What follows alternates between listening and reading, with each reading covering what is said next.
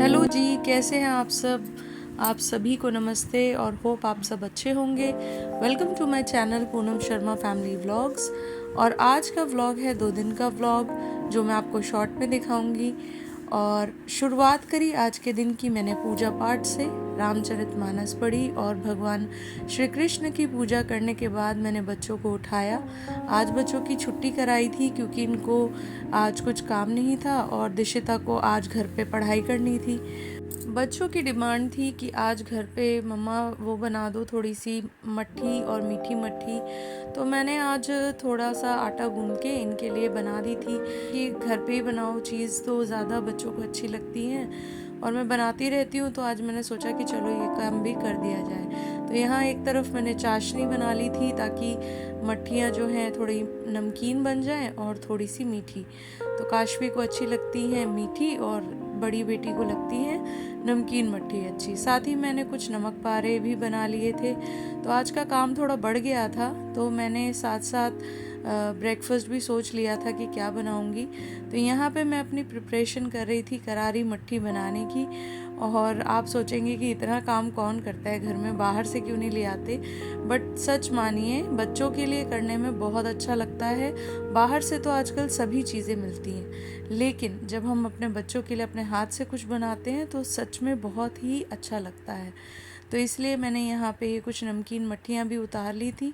धीरे धीरे काम होने के बाद बच्चे उठ गए थे और अपना नहा धो के रेडी हो गए थे। फिर मैंने इनके लिए कुछ ब्रेड रोल्स बना दिए थे क्योंकि काम थोड़ा ज़्यादा था, तो इसलिए कढ़ाई में मैंने इनके लिए ब्रेड रोल्स भी तैयार कर दिए थे।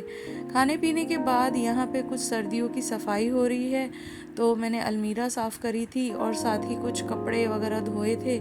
तो ये काम मेरे नेक्स्ट बाय नेक्स्ट ही चल रहे थे क्योंकि देखिए हाउसवाइफ होती हैं तो उनको सारी चीज़ें देख के करनी पड़ती हैं। साथ ही आज हस्बैंड ने सुबह गार्डन की सफाई करी थी तो ये कूड़ा भी फेंकवाना था। और यहाँ पे सर्दियों के कपड़ों को लग रही है धूप क्योंकि मैं धूप लगा के ही कपड़े रखती हूँ। और यहाँ पे फिर शाम का टाइम था, हमने थोड़ी सी चाट खाई और इस दिन को ख़त्म किया। नेक्स्ट दिन मुझे हॉस्पिटल जाना था और यहाँ आरएसएस की मुझे परेड भी दिख गई थी क्योंकि हस्बैंड हैं बीमार और उनको दिखाना है मुझे कार्डियो को और लंग्स वाले डॉक्टर को। तो जैसा कि जो मेरे ब्लॉग्स देखते हैं उनको ये पता ही होगा कि मेरे हस्बैंड को बहुत सीवियर कोविड हुआ था। उसके बाद उनका जो रूटीन चेकअप है हम कराते रहते हैं। तो आज मैं गई थी दिल्ली के बीएल के हॉस्पिटल। तो हस्बैंड का जो सैटरडे का दिन था वो छुट्टी रहती है, तो हम लोग मॉर्निंग में ही निकल गए थे, बच्चे स्कूल चले गए थे आज। तो यहाँ देखिए यकीन मानिए कि 2-2 3-3 जगह दिखाकर पूरा दिन लग जाता है यहाँ पे। और ऐसा लगता ही नहीं कि हम किसी प्राइवेट हॉस्पिटल में इलाज करा रहे हैं। इतनी भीड़ होती है, नंबर आते आते भी 2 से 3 घंटे की वेटिंग होती है।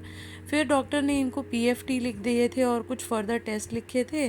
तो मैं यहाँ बैठी इंतज़ार कर रही थी और ये अंदर गए हुए थे और सुबह से हमने कुछ ज़्यादा खाया भी नहीं था। फिर उसके बाद पता लगा कि इनका सीटी स्कैन होना है। तो सीटी स्कैन में इनके कपड़े बदलवा दिए गए और ये अपनी बारी का इंतज़ार कर रहे थे। कैनुला भी लगा दिया था और बस एक के बाद एक ये टेस्ट ही कराए जा रहे हैं। तो इनको वीकनेस भी आ रही थी तो मैंने कहा थोड़ी देर आप बैठ जाओ।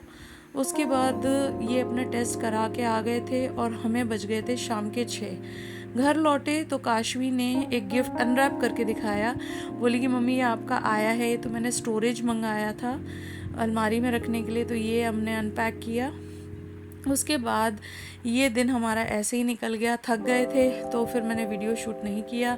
उसके बाद आज वो भी थी शरद पूर्णिमा, तो शरद पूर्णिमा की भी तैयारी करनी थी। हॉस्पिटल से वापस आने के बाद मैं नहा धो के लग गई थी खीर की तैयारी में क्योंकि शाम को रखनी होती है शरद पूर्णिमा पे खीर और साथ ही कृष्ण जी को भोग भी लगानी होती है। तो एक कटोरी में मैंने इन्हें भोग के लिए अलग ही रख दी थी और दूसरी तरफ मैंने खीर को एक डोलची में करके और उसको बाहर की तरफ लटका दिया था।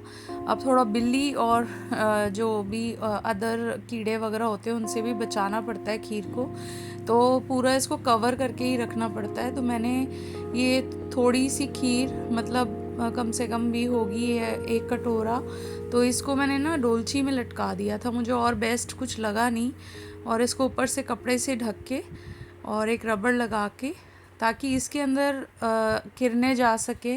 तो बेसिकली यही होता है, या तो आप छन्नी रख सकते हैं तो किरणें जाएंगी तो कहते हैं अमृत बन जाता है। और शरद पूर्णिमा पे चांद सबसे बड़ा होता है और उसकी सारी जो भी अच्छी एनर्जीज होती हैं वो खीर के अंदर आती हैं, और उस खीर को हम जब प्रसाद रूप में खाते हैं तो हमें आशीर्वाद मिलता है।